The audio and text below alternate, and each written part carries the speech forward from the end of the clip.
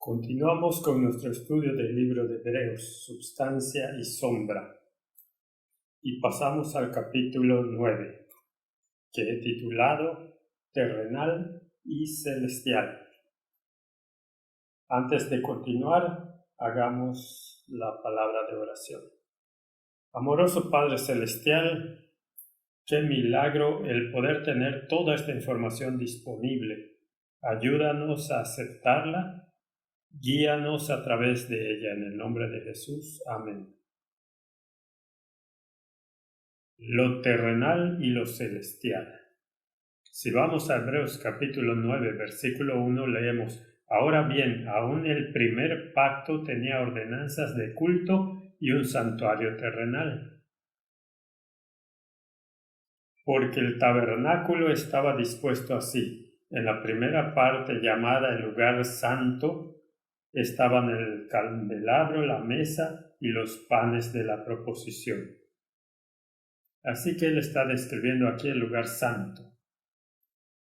Ahora el candelabro, como también discutimos en el último capítulo, cuando vimos el capítulo 8, se hizo de oro labrado a martillo. De modo que Cristo fue golpeado por nosotros, los golpes del martillo tocaron cada parte del candelabro. Y luego procede a la segunda cámara y leemos el versículo 3. Tras el segundo velo estaba la parte del tabernáculo llamada el lugar santísimo. En griego es Hagia Hagion. Se refiere al lugar santísimo. Detrás del velo, donde se encontraba el arca del pacto. El versículo 4 dice: el cual tenía un incensario de oro y el arca del pacto cubierta de oro por todas partes, en la que estaba una urna de oro que contenía el maná, la vara de Aarón que reverdeció y las tablas del pacto. Ahora, discutimos la estructura en el capítulo 8, así que veremos cómo se va a ampliar en el capítulo 9. Así que ha expuesto claramente la primera cámara y ahora la segunda Hagia Hagion.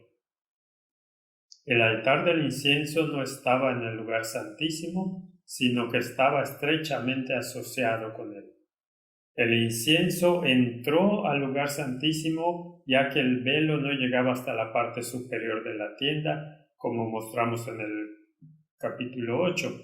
En 1 de Reyes 6:22, el altar del incienso también estaba asociado con el oráculo, que es el lugar santísimo. Veremos eso en un momento. Éxodo 36 nos dice: y lo pondrás delante del velo que está junto al arca del testimonio, delante del propiciatorio que está sobre el testimonio, donde me encontraré contigo. Así que estaba justo enfrente del velo y el arca estaba detrás de él, así que básicamente estaban opuestos, con un velo en el medio. En 1 de Reyes 6:22 leemos: cubrió pues de oro toda la casa de arriba a abajo, y también cubrió de oro todo el altar que estaba frente al oráculo. Así que aquí tenemos esta palabra. oráculo nuevamente. Apocalipsis 8:3 nos habla del momento en que Juan visualizó esta porción del santuario. Otro ángel vino entonces y se paró ante el altar con un incensario de oro y se le dio mucho incienso para añadirlo a las oraciones de todos los santos sobre el altar de oro que estaba delante del trono. Así que tanto el terrenal como el celestial tenían los mismos muebles. El uno era solo una representación en miniatura del celestial. Ahora, la palabra oráculo es la palabra de ver, que significa el oráculo, la parte más interna del santuario, oráculo. De modo que el incienso que se quemaba allí era un tipo de incienso especial. Se rociaba sobre las cenizas traídas del altar de holocaustos y representaba la intercesión de nuestro gran sumo sacerdote. La fragancia del mismo se regó y por encima de la cortina para cubrir el propiciatorio. El imitar esa fragancia de cualquier manera significaba la muerte para quien la copió. Debemos de ver estas cosas con cuidado porque se aplican a nosotros y a los tiempos en que vivimos también.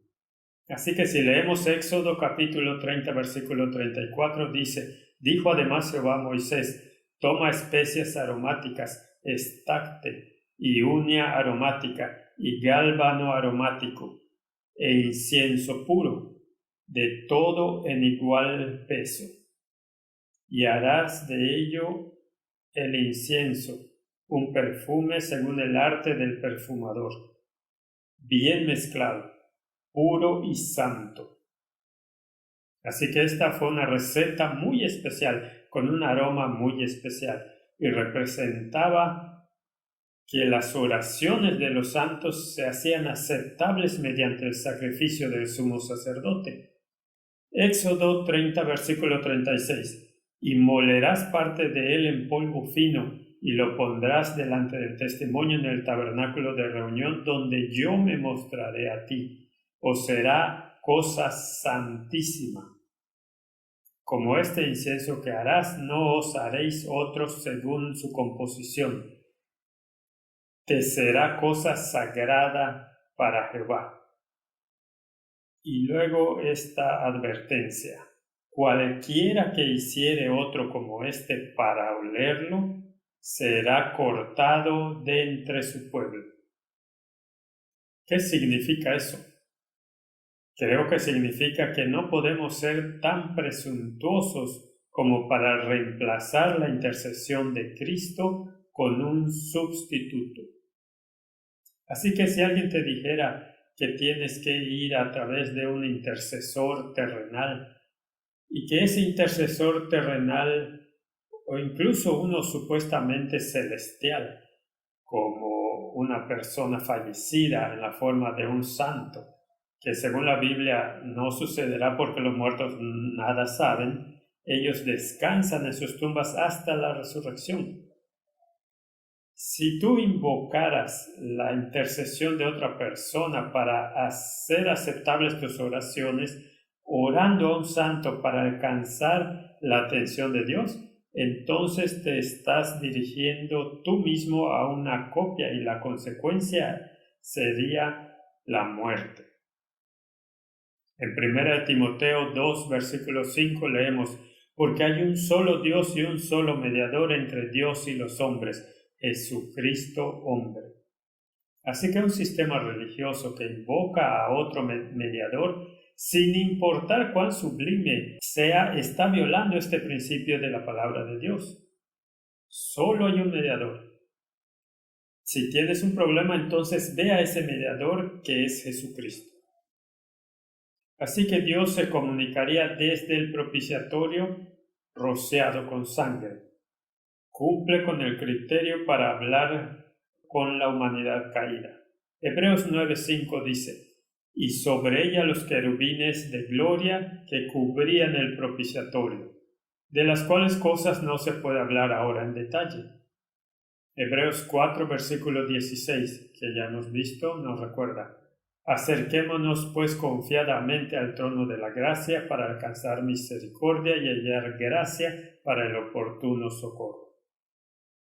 Esta representación del ministerio de Jesucristo y cómo podemos acercarnos confiadamente a Él y cómo nadie más puede quitarle esa porción de su ministerio, es algo que debemos asimilar. Debemos saber que tenemos acceso al trono de la gracia por la misericordia de Cristo. Si continuamos el estudio sobre Hebreos 9, versículos 6 al 14, hay algunos puntos interesantes. 5 contrastes que se mencionan. Número 1. Está contrastando el primer tabernáculo con el verdadero, que está en el cielo. El segundo no es de esta creación. Número 2. Está contrastando el sacerdocio terrenal con Cristo. El sacerdocio terrenal era temporal y tuvo que sacrificar por sí mismo, porque también eran pecadores. Cristo es sacerdote para siempre y no tiene mancha, por lo que su sacrificio fue en nuestro favor. Hebreos 7:26 dice: porque tal sumo sacerdote nos convenía, santo, inocente, sin mancha, apartado de los pecadores y hecho más sublime que los cielos. El número 3 en esta sección contrasta el acceso velado con el acceso del velo rasgado. El velo representa la carne que abrió el acceso irrestricto a Dios en Cristo. De modo que cuando Jesús murió el velo se rasgó, y eso significa que el velo de separación entre el trono de Dios y nosotros ha sido quitado. Y aún no se ha manifestado bajo el servicio típico. Número 4. Está contrastando los ritos ceremoniales con la sustancia del Evangelio. Y número 5.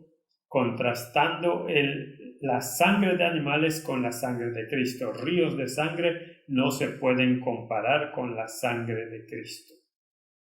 Así que es un libro de contrastes. Contrasta continuamente uno con el otro. Así que veamos estos versículos. El 6 dice: y así dispuestas estas cosas, en la primera parte del tabernáculo entran los sacerdotes continuamente para cumplir los oficios del culto. Así que lo que hizo el sacerdote aquí en la tierra, el sacerdote celestial también debe hacerlo, porque el terrenal es un modelo del celestial. Pero en la segunda parte, solo el sumo sacerdote una vez al año, no sin sangre, la cual ofrece por sí mismo y por los pecados de ignorancia del pueblo. Dando el Espíritu Santo a entender con esto que aún no se había manifestado el camino al lugar santísimo, entre tanto que la primera parte del tabernáculo estuviese en pie. Nadie tenía acceso directo a Dios. Había un velo que representaba la carne de Cristo. El versículo 9 dice: lo cual es símbolo para el tiempo presente, según el cual se presentan ofrendas y sacrificios. Detengámonos allí por un momento. Lo primero que se ofreció fue el sacrificio por el pecado. Y una vez que eso se completó, entonces se sacrificó u ofreció los dones y las ofrendas de agradecimiento. Pero solo puedes ofrecer un don y una ofrenda de agradecimiento cuando ya te has apropiado aquello por lo que debes estar agradecido, es decir, el perdón de los pecados. Por lo que en el terrenal siempre fue primero la ofrenda por el pecado y luego la ofrenda de agradecimiento, que no pueden hacer perfecto en cuanto a la conciencia al que practica ese culto. Esta palabra que se usa aquí es muy interesante, esta palabra conciencia. Aparece nuevamente en el versículo 14, donde dice que no pudo hacer perfecto al que hizo el servicio. Luego se corrige en el versículo 14 y lo veremos cuando lleguemos allí.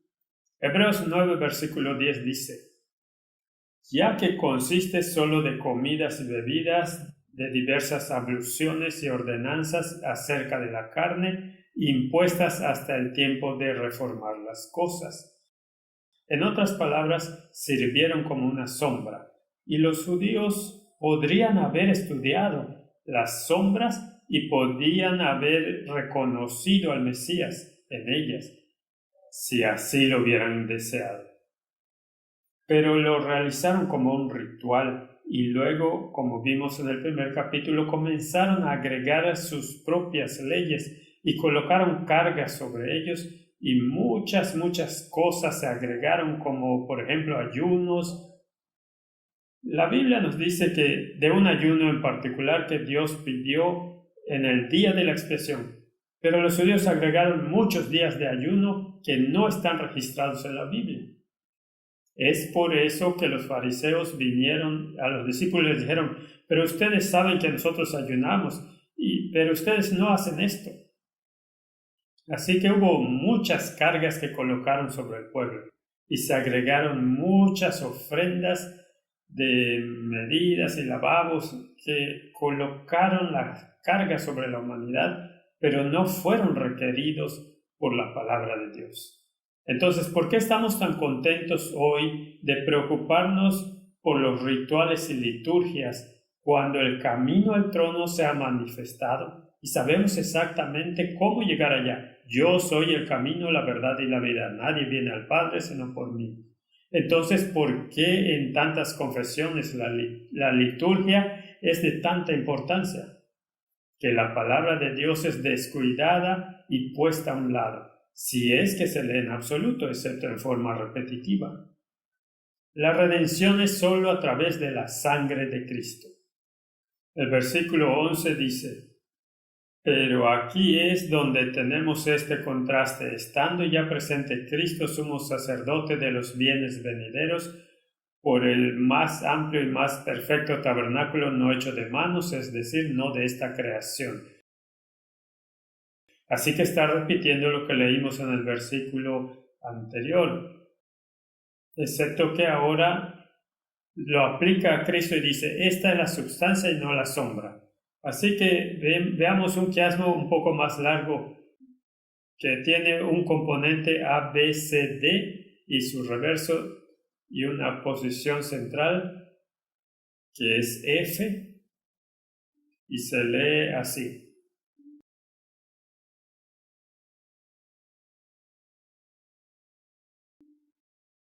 un tabernáculo más amplio, más perfecto, no hecho de manos, es la parte A. Hebreos 9:24 es la contraparte, porque no entró Cristo en el santuario hecho de manos.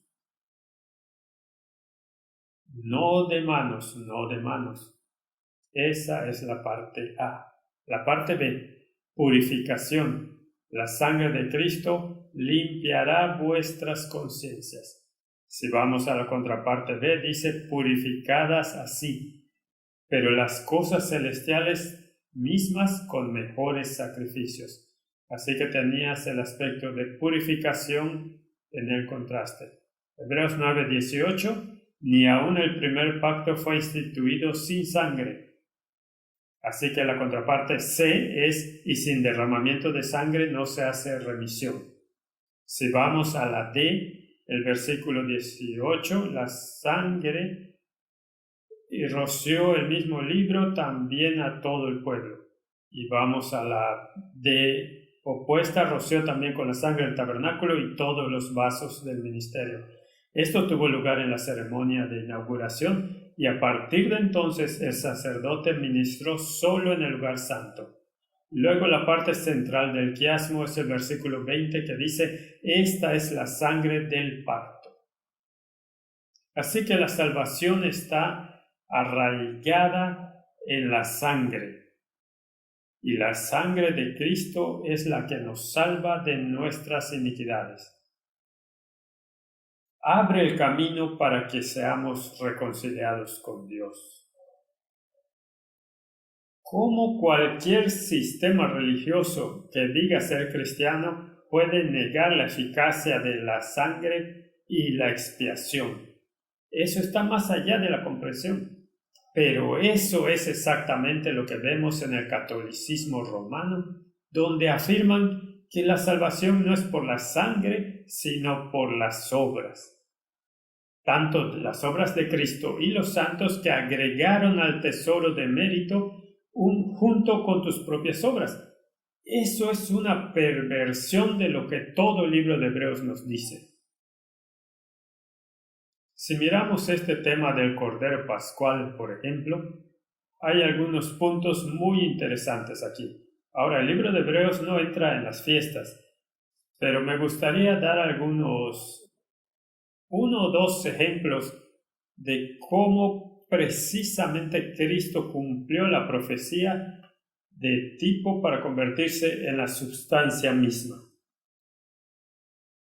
Si los judíos hubieran estudiado las tipologías, no habrían fallado con Jesús. Y si el mundo cristiano estudiara estas tipologías y la sustancia de las mismas, no lo reemplazarían con rituales que ya no tienen ninguna eficacia o con sistemas religiosos que desgarran el corazón del Evangelio.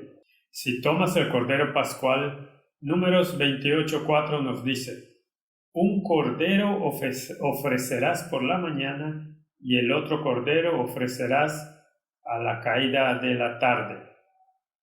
Estas cosas son muy fascinantes, solo muestran cuán cuidadosamente debemos estudiar la palabra de Dios. Así que esta es la traducción tal como la encontramos en la versión King James. Pero la versión King James tiene una lectura marginal. En otras palabras, ¿qué dice realmente o cómo también podríamos o deberíamos leerlo? La lectura marginal dice: para esta palabra tarde, en realidad se lee entre las dos tardes. Así que si tuviéramos que volver a leerlo, deberíamos leerlo de acuerdo con la lectura marginal de la King James. Un cordero ofrecerás por la mañana y el otro cordero ofrecerás entre las dos tardes. Algunas traducciones lo traen así, como la Darby. En Números 28:4 dice: un cordero ofrecerás por la mañana y el otro cordero ofrecerás entre las dos tardes. Y la traducción literal de los jóvenes también lo tiene de esa manera. Un cordero lo prepararás en la mañana y el segundo cordero lo preparas entre las tardes. Ahora, la mayoría lo traduce así como lo hizo la King James, pero te da la lectura marginal. Así que se ofreció uno por la mañana y el otro en la tarde. Pero literalmente entre las dos tardes. Ahora, ¿qué significa eso? Es muy fascinante estudiar cómo interpretaron realmente esto, cómo la nación judía realizó correctamente. ¿Y por qué es tan fascinante que diga esto? Ahora, obviamente cuando miras el día en el sistema hebreo, de tarde a noche se contaba. Ahora, también tenía el día dividido en horas. Y el día para ellos comenzaba a las 6 de la mañana, lo que normalmente se asociaba con el amanecer, por supuesto. El día comenzaba con la noche anterior, pero tenían el día dividido en horas y comenzaban a las 6 de la mañana. Y luego pasarían a la primera hora y las 2 en punto sería la sexta hora. Si seguías adelante, las 3 sería la novena hora, hasta las 6 de la tarde. Y como los judíos interpretaron esta porción de la Escritura entre las tardes para el sacrificio vespertino, es muy interesante. Argumentaron de esta manera: el sol normalmente alcanza su punto más alto a las 12 en punto, que es la sexta hora. A esa hora en punto el sol empieza a ponerse y a las 6 de la tarde, que ya es la noche, ya se ha ido. Y calculaban que a las 12 en punto, cuando empezaba a bajar, Llamarían eso la primera tarde de la tarde. Y las 6 de la tarde sería la segunda cuando el sol se pusiera. Así que si tenías que sacrificar este sacrificio vespertino entre las tardes, eso significaría que tendrías que sacrificarlo entre las 12 y las 6, y la mitad exacta son las 3 de la tarde. Y es entonces cuando el sumo sacerdote sacrificaba el cordero pascual. ¿No es fascinante que Jesús murió exactamente a las 3 de la tarde? Entonces hubo un sacrificio en la mañana y Jesús fue crucificado por la mañana, pero a las 3 en punto, exactamente entre las 2 tardes, tal como lo interpretaron, murió. Así que Jesús cumple cada pequeño detalle de la ley. Hay tantas historias fascinantes. Y si tuviéramos que mirar las fiestas, podríamos hacer un estudio de cómo cumplió exactamente cada una de ellas. Tomemos, por ejemplo, el Pentecostés, la fiesta de Pentecostés. Es asombroso cómo tuvieron que contar esos 7 esas 7 semanas, contando desde la Pascua, y en el primer día, después del sábado, cuando Jesús estaba en la tumba, allí tenían que traer la ofrenda mecida como símbolo de la primera espiga de la cosecha. Y por supuesto representa la resurrección y esos primeros frutos que se levantaron de la tumba con él como testigos. Y luego tuvieron que contar esas 7 semanas. Entonces llegas al Pentecostés y el Espíritu Santo se derramó sobre la gente, y en ese día, que también se llama la fiesta de la cosecha, hubo una cosecha. Jesús había sembrado la semilla, la primera espiga había sido mecida y representó esa primera resurrección cuando Él resucitó, y luego Pentecostés fue la fiesta de la cosecha. Y se agregaron 3,000 almas al reino. Ellos podrían encontrar a Jesús en cada uno de sus rituales, cada una de sus fiestas, y sabrían que Él era el cumplimiento de las mismas. Se había convertido en la sustancia de las sombras. Si tomas la fiesta de los tabernáculos, por ejemplo, era asombroso cómo se realizaba la fiesta. El sacerdote iría el último día de esa fiesta para la ofrenda final del sacrificio. Iría al estanque de Siloé y tomaría una jarra de agua, de aproximadamente 1 litro de agua, y con gran fanfarria y música y trompetas y procesión, caminaba desde el estanque de Siloé hasta el altar y vertían el agua en vasos. Es una ceremonia increíble y fue con gran pompa y glamour. Y es interesante que en una ocasión, cuando se llevó a cabo esa fiesta y Jesús estaba en el templo, cuando el sacerdote vino con esa agua del estanque de Siloé, Jesús clamó: «Si alguien tiene sed, venga a mí». Y se refirió a los ríos de agua que saldrían de él. Él lo aplicó directamente a sí mismo. Es interesante que sacaron esa agua del estanque de Siloé, porque Siloé significa ser enviado. Y Jesús también curó al ciego y lo envió al estanque de Siloé para que se lavara. Y fue enviado básicamente como testigo para Cristo.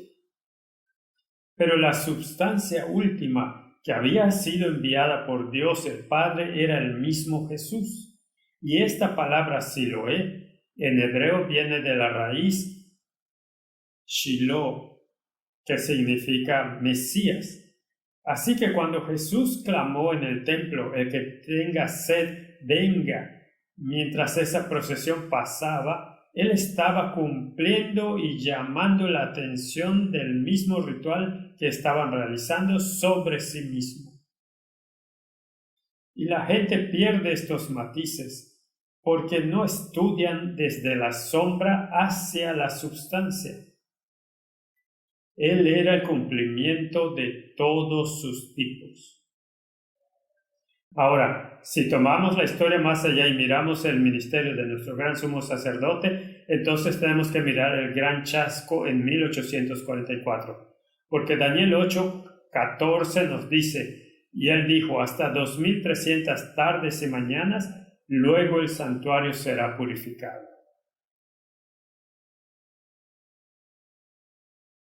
Esta es una declaración notable. Ahora, la purificación del santuario, ¿qué significa? Después de esa grande desilusión en 1844, los buscadores de la verdad fueron guiados por el Espíritu de verdad a estudiar la gran doctrina del santuario. Hasta aquí ellos habían creído que la tierra era el santuario al que se refería el texto, pero ahora su atención fue dirigida hacia el santuario celestial. Esta profecía en Daniel, por supuesto, se puede calcular con tremendo detalle.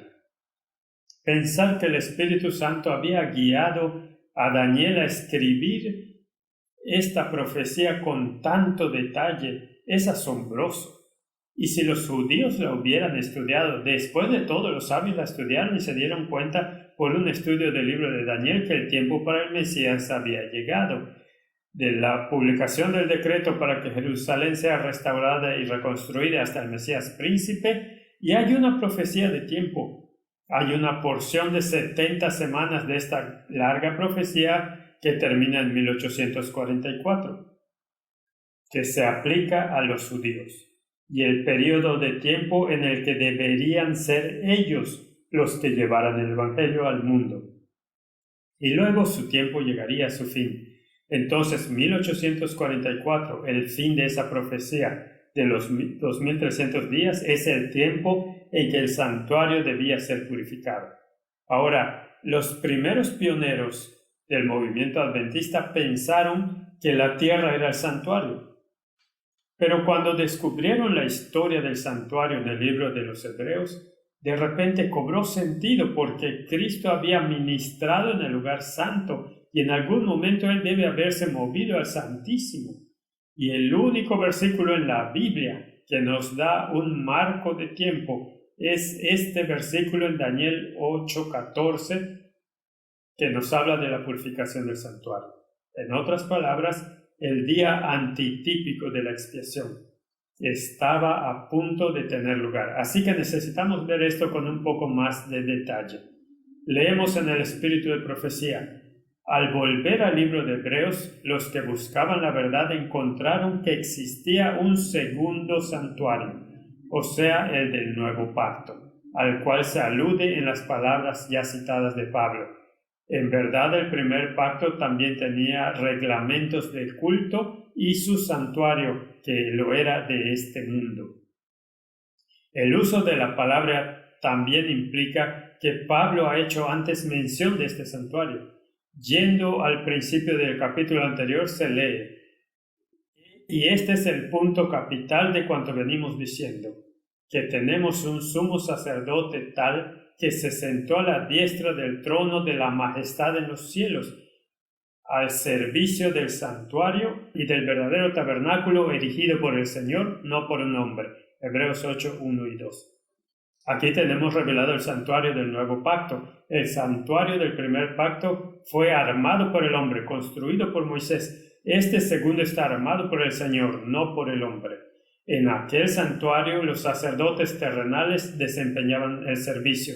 En este es Cristo nuestro gran sumo sacerdote, quien ministra a la diestra de Dios. Un santuario estaba en la tierra, el otro está en el cielo. Las glorias del santuario terrenal y del templo celestial, el santuario celestial en el cual Jesús ministra en nuestro favor, es el gran original, del cual el santuario construido por Moisés era una copia. El esplendor incomparable del tabernáculo terrenal reflejaba a la vista humana las glorias de ese templo celestial donde Cristo, nuestro precursor, ministra en nuestro favor ante el trono de Dios. la morada del Rey de Reyes, donde miles y miles ministran delante de él y millones de millones están en su presencia, citando Daniel 7:10. Ese templo, lleno con la gloria del trono eterno, donde los serafines, sus radiantes guardianes, cubren sus rostros en adoración, solo podía encontrar en la más grandiosa construcción que jamás edificada en manos humanas un pálido reflejo de su intensidad y gloria. Con todo, el santuario terrenal y sus servicios enseñaban importantes verdades relativas al santuario celestial y a la gran obra que ahí se llevaba a cabo para la redención del hombre. Los lugares santos del santuario celestial están representados por los 2 departamentos del santuario terrenal. Cuando en una visión se le dijo al apóstol Juan que viese el templo de Dios en el cielo, contempló allí 7 lámparas de fuego ardiendo delante del trono. Apocalipsis 4:5. Vio un ángel que tenía en su mano un incensario de oro y le fue dado mucho incienso para que lo añadiese a las oraciones de todos los santos encima del altar de oro que estaba delante del trono. Apocalipsis 8:3.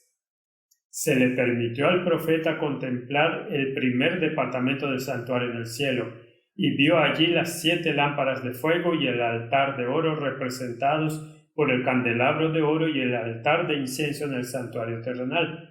De nuevo, fue abierto el templo de Dios. Apocalipsis 11:19.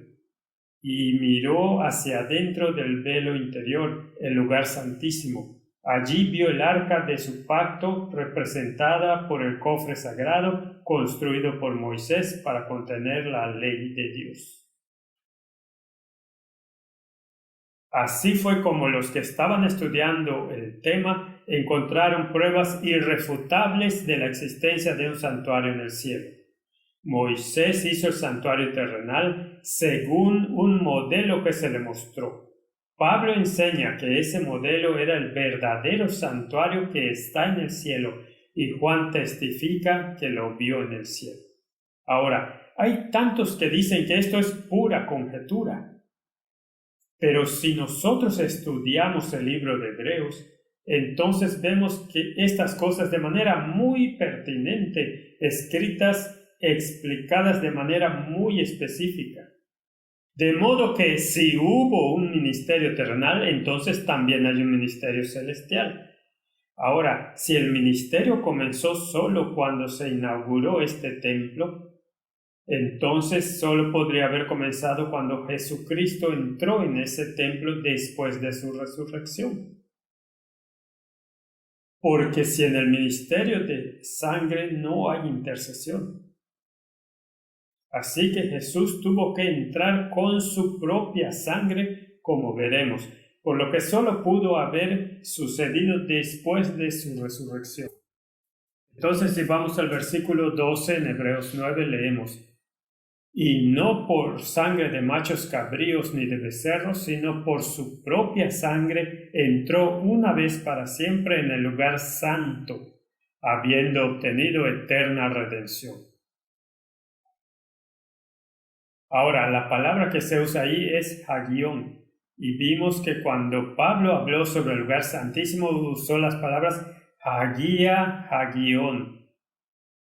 Ahora, ¿qué significa hagión? Significa algo sagrado, santísimo, lugar santo. El lugar significa santuario. Por implicación debe haber entrado al lugar santo. Ahora, si vamos a las traducciones modernas como la Nueva Versión Internacional o incluso la Nueva King James, no lo traducen como la versión King James, que está en armonía con el ministerio del santuario terrenal.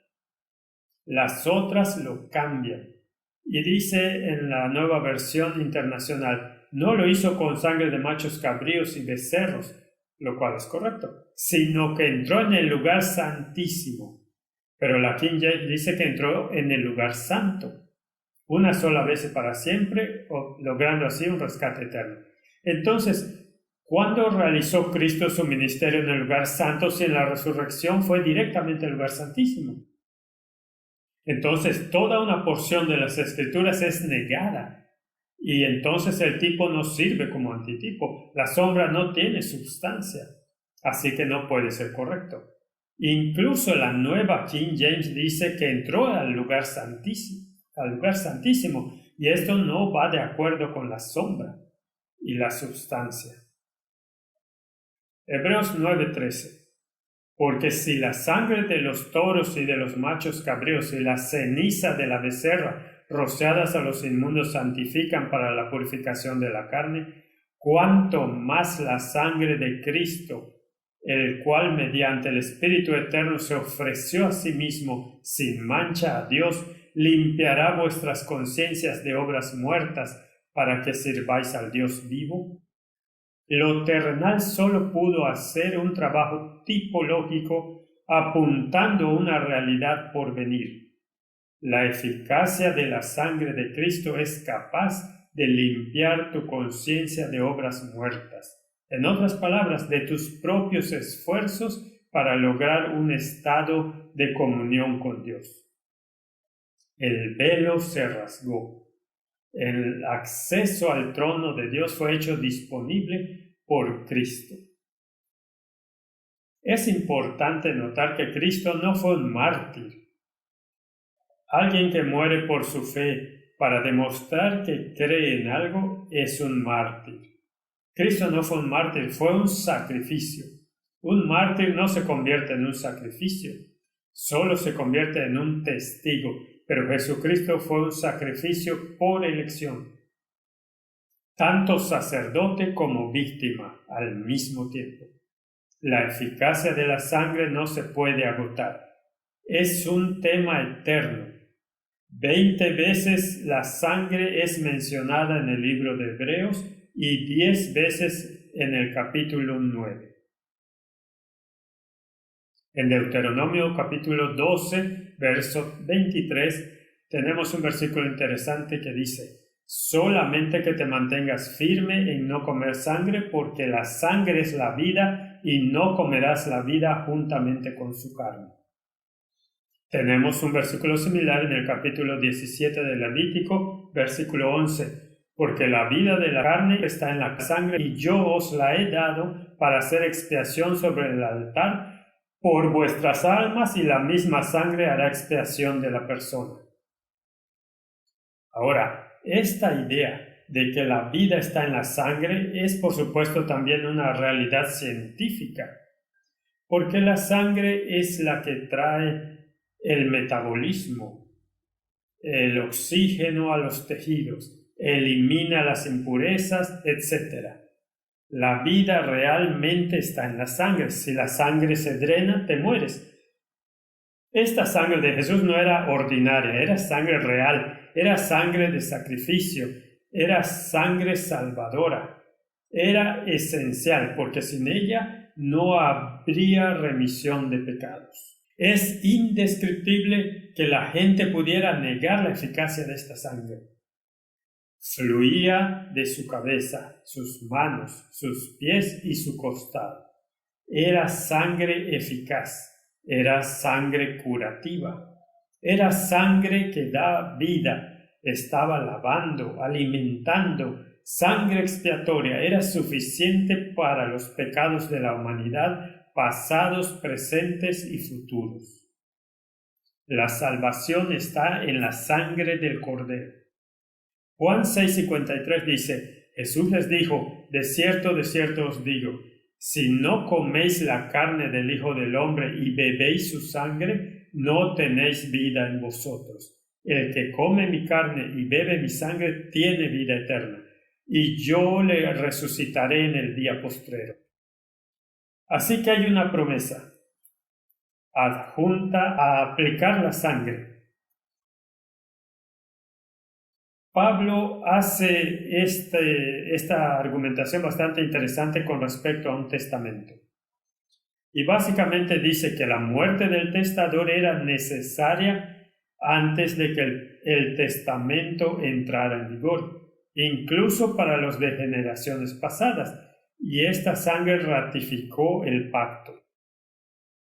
Primera de Pedro 2, versículo 24 dice: quien llevó él mismo nuestros pecados en su cuerpo sobre el madero, para que nosotros, estando muertos a los pecados, vivamos a la justicia, y por cuya herida fuisteis sanados. Porque vosotros erais como ovejas descarriadas, pero ahora habéis vuelto al pastor y obispo de vuestras almas. Esta idea de abrazar la sustancia es el tema central. Y si lo pasamos por alto y no entendemos el simbolismo, entonces es imposible entender el plan de salvación. Por eso en el versículo 15, continuando en Hebreos 9, dice: así que por eso es mediador de un nuevo pacto, para que interviniendo la muerte para la remisión de las transgresiones que había bajo el primer pacto, los llamados reciban la promesa de la herencia eterna. Y luego viene con esta idea: porque donde hay testamento es necesario que intervenga la muerte del testador, porque el testamento con la muerte se confirma, pues no es válido entre tanto que el testador vive, de donde ni aun el primer pacto fue instituido sin sangre. Así que el primer testamento no fue la muerte del verdadero testador, fue sólo la muerte de una figura, una sombra de lo que estaba por venir.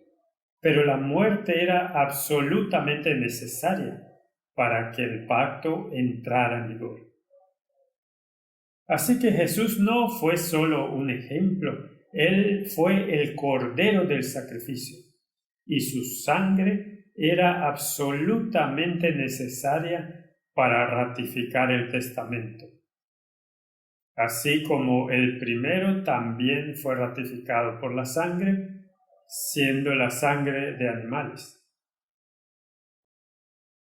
Dice el versículo 19: porque habiendo anunciado Moisés todos los mandamientos de la ley a todo el pueblo, tomó la sangre de los becerros y los machos cabríos con agua, lana, escarlata e hisopo, y roció el mismo libro y también a todo el pueblo, diciendo: esta es la sangre del pacto que Dios os ha mandado.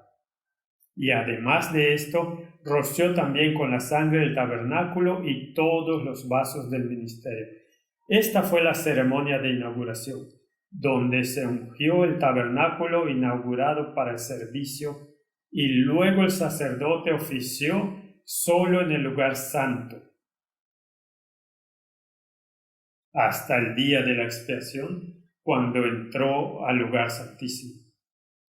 Así que Cristo también, con su sangre, inauguró el templo. A partir de entonces ofició en el lugar santo, como la King James lo traduce correctamente, y luego en una etapa posterior, en el cumplimiento de la profecía de Daniel, 1844, entró en el lugar santísimo. Y fue entonces cuando se llevó a cabo la ceremonia del día de la expiación. Ahora esta ceremonia es muy interesante. 10 días antes de esta ceremonia hubo el toque de las trompetas, la fiesta de las trompetas, y estas trompetas anunciaron el juicio venidero. Y el día de la expiación era un día en el que tenían que afligirse a sí mismos. Era el día prescrito de ayuno. Y si no participabas en la ceremonia eras cortado. Ahora estamos viviendo ese día antitípico de expiación, ese tiempo de juicio. Y muy pronto el sumo sacerdote dirá: hecho está. El que es inmundo sea inmundo aún. El que es justo sea justo. Y el fin del tiempo de gracia llegará.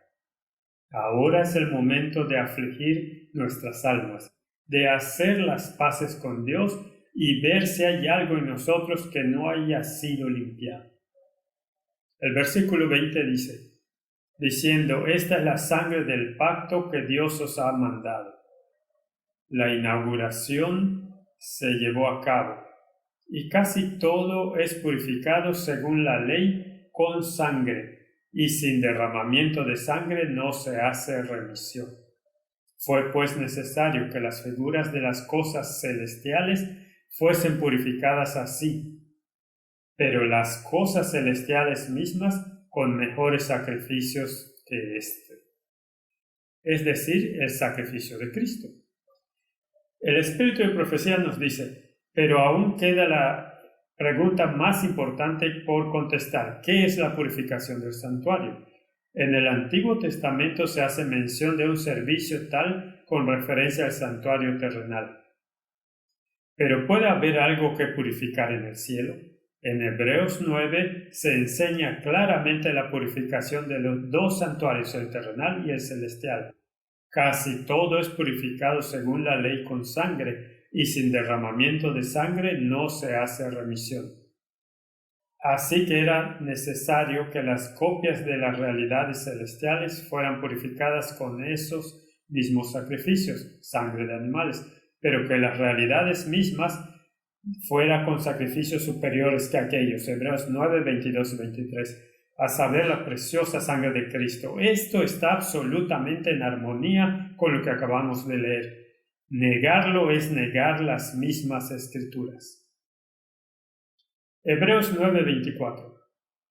Porque no entró Cristo en el santuario hecho de manos, figura del verdadero, sino en el cielo mismo, para presentarse ahora por nosotros ante Dios, y no para ofrecerse muchas veces, como entra el sumo sacerdote en el lugar santo cada año con sangre ajena. Un sacrificio, una sola vez.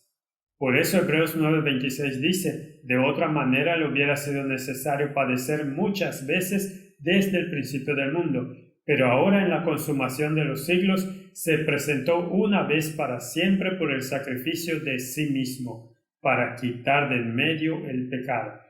Esta es una declaración muy clara. ¿Quién puede quitar el pecado sino solo Dios? Él lo hizo no por ejemplo, ni por sus enseñanzas, ni por sus obras maravillosas como eran, sino por el sacrificio de sí mismo. Solo esto niega la declaración conjunta sobre la justificación firmada por la Iglesia Católica y los protestantes. Es por la fe en su sangre que somos santificados, no por obras, como dice la declaración conjunta. Primera de Timoteo 3:16 dice: e indiscutiblemente grande es el misterio de la piedad. Dios fue manifestado en carne, justificado en el Espíritu, visto de los ángeles, predicado a los gentiles, creído en el mundo, recibido arriba en gloria. Y Filipenses 2:6 dice: el cual siendo en forma de Dios no estimó el ser igual a Dios como cosa a que aferrarse.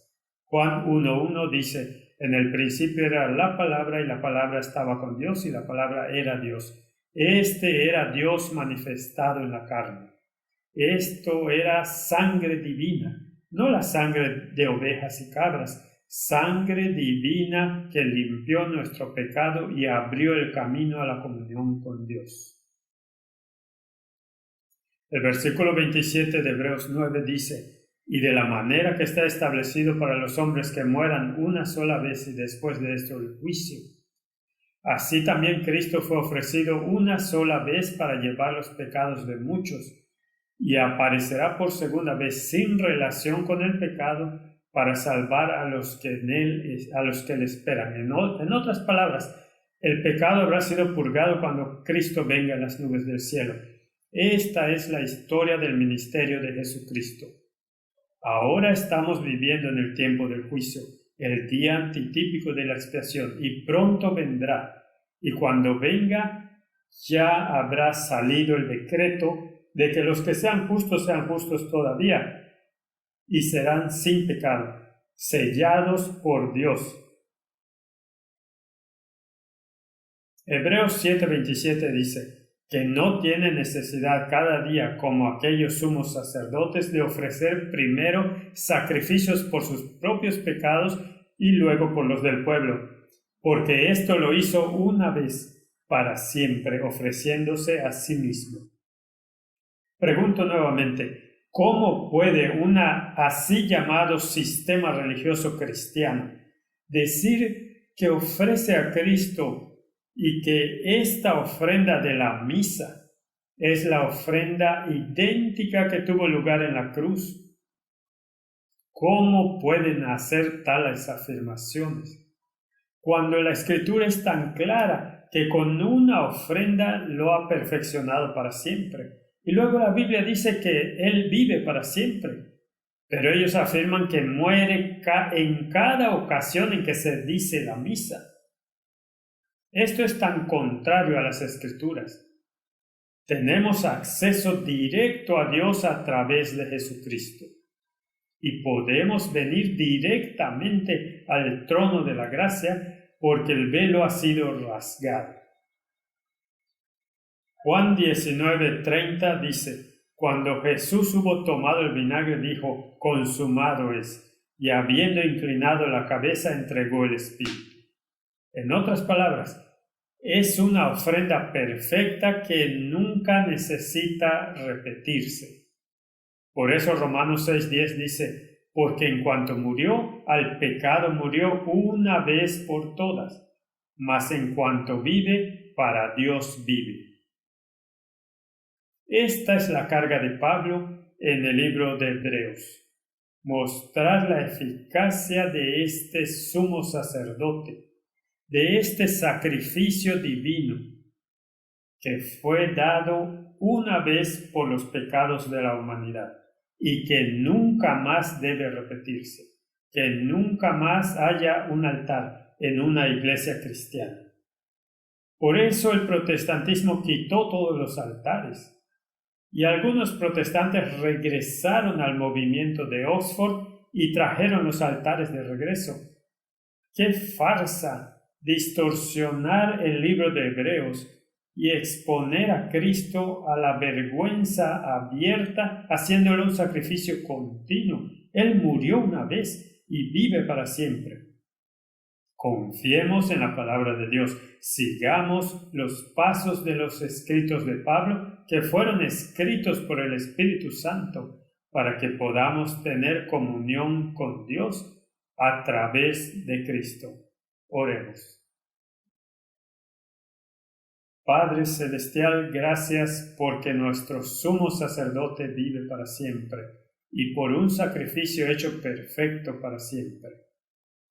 Concédenos la fe para acercarnos confiadamente al trono de la gracia para recibir misericordia. En el nombre de Jesús. Amén.